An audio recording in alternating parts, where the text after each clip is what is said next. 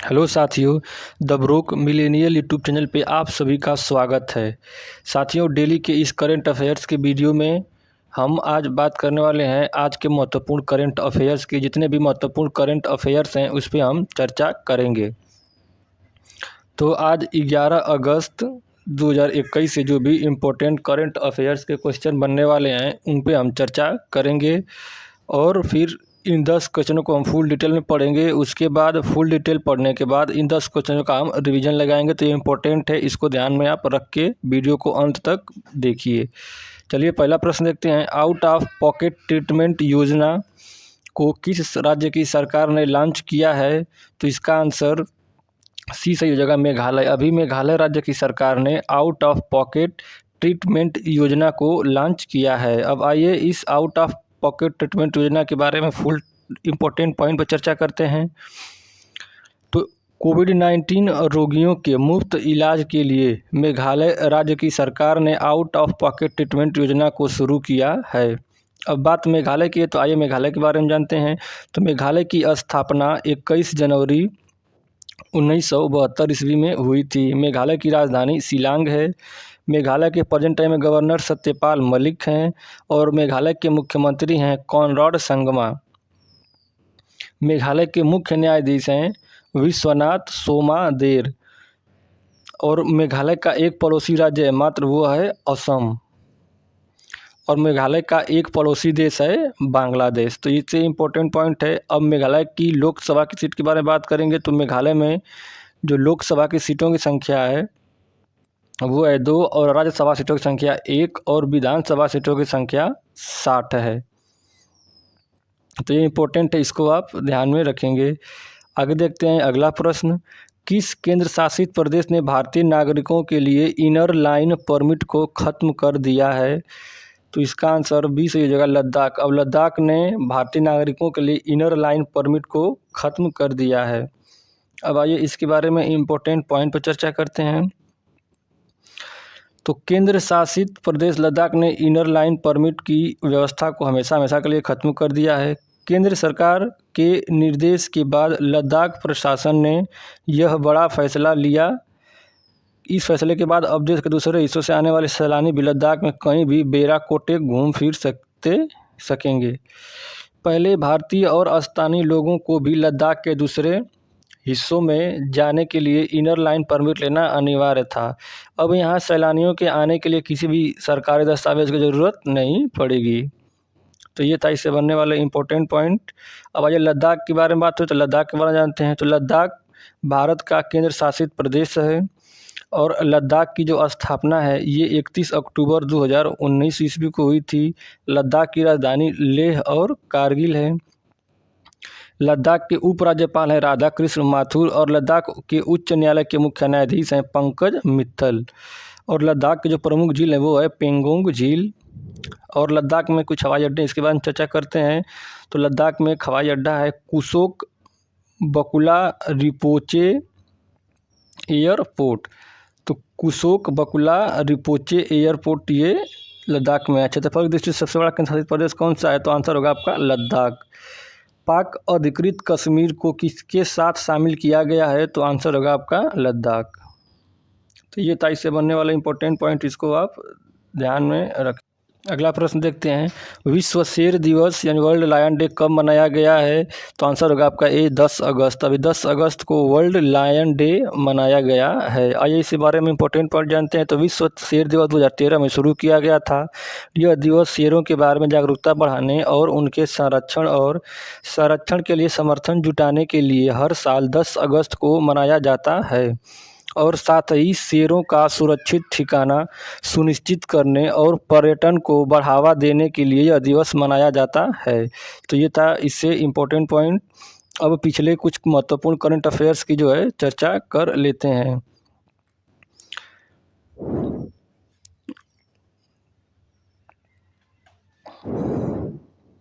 आइए देखते हैं कुछ महत्वपूर्ण दिवस और। तो मुस्लिम महिला अधिकार दिवस ये 1 अगस्त को मनाया जाता है।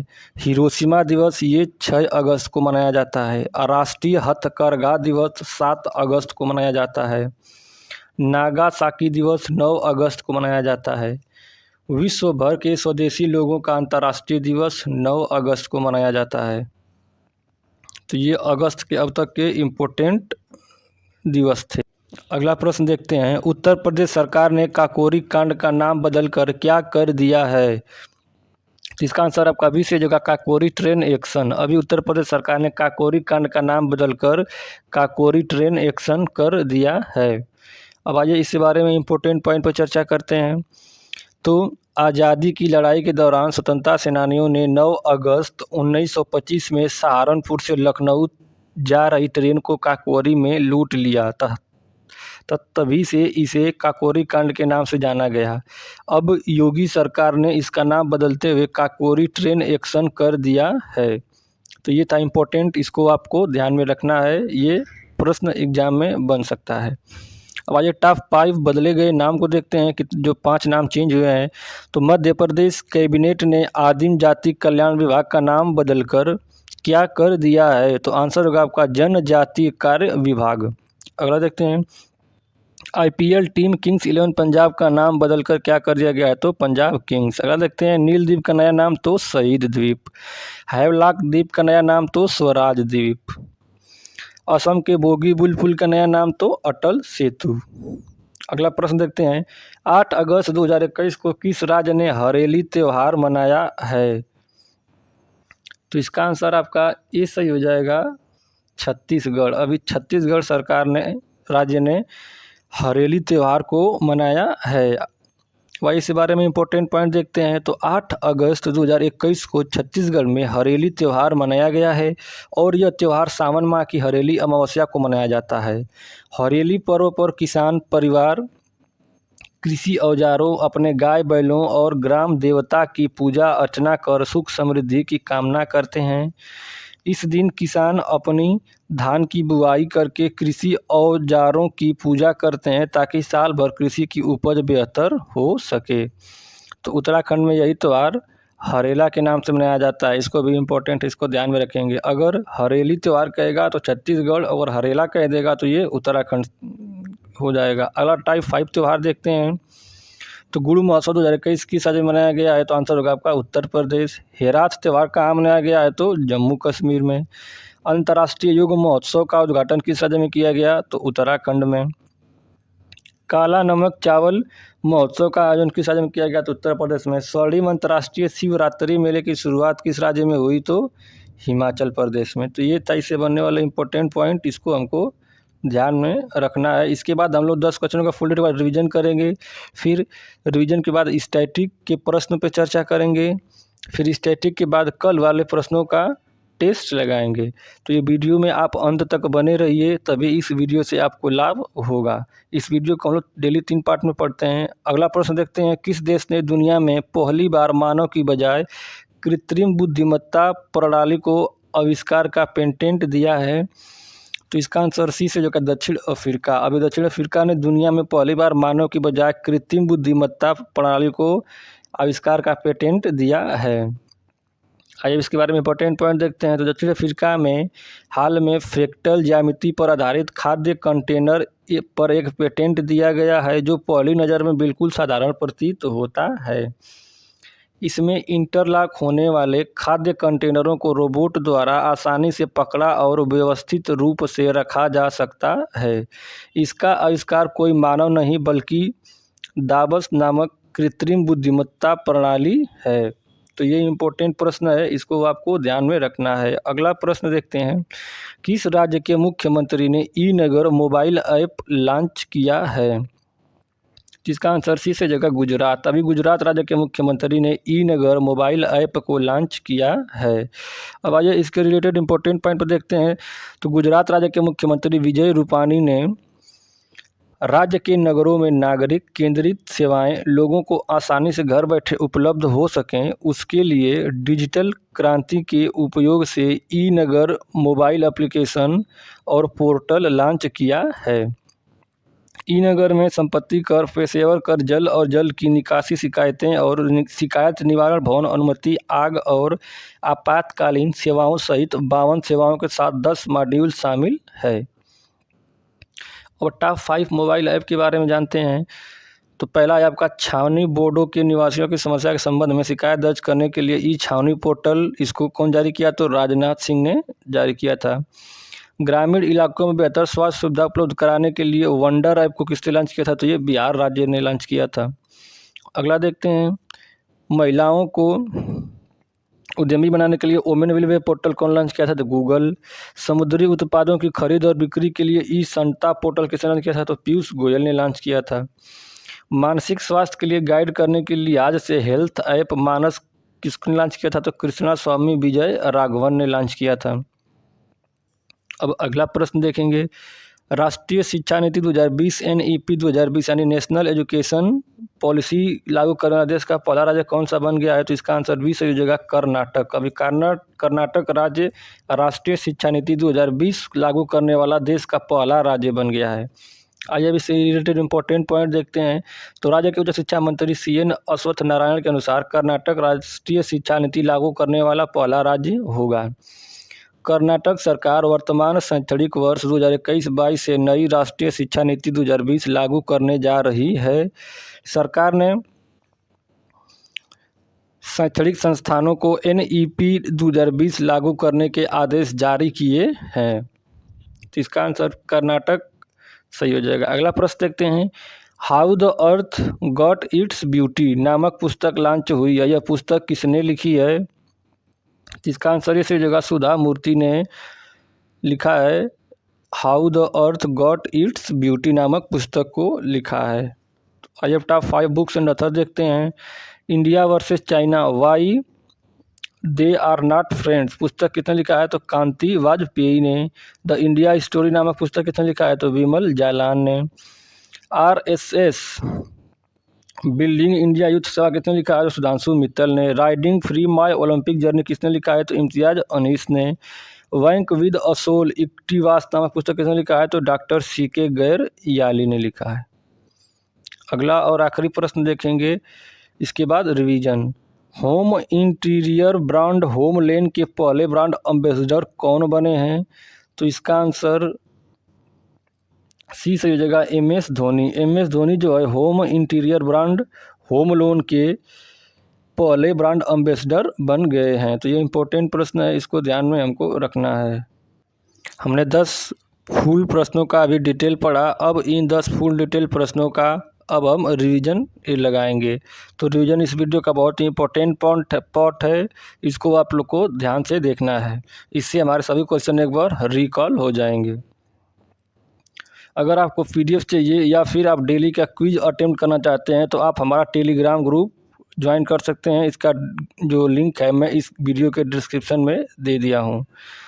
अगला पहला प्रश्न देखते हैं रिवीजन का, आउट ऑफ पॉकेट ट्रीटमेंट योजना को किस राज्य की सरकार ने लॉन्च किया है? तो आंसर होगा आपका मेघालय। अगला प्रश्न देखते हैं, किस केंद्र शासित प्रदेश ने भारतीय नागरिकों के लिए इनर लाइन परमिट को खत्म कर दिया है? तो आंसर होगा आपका लद्दाख।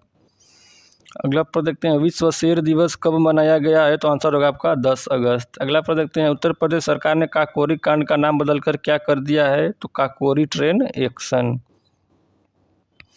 अगला प्रश्न, 8 अगस्त 2021 को किस राज्य ने हरेली त्यौहार को मनाया है? तो आंसर होगा आपका छत्तीसगढ़।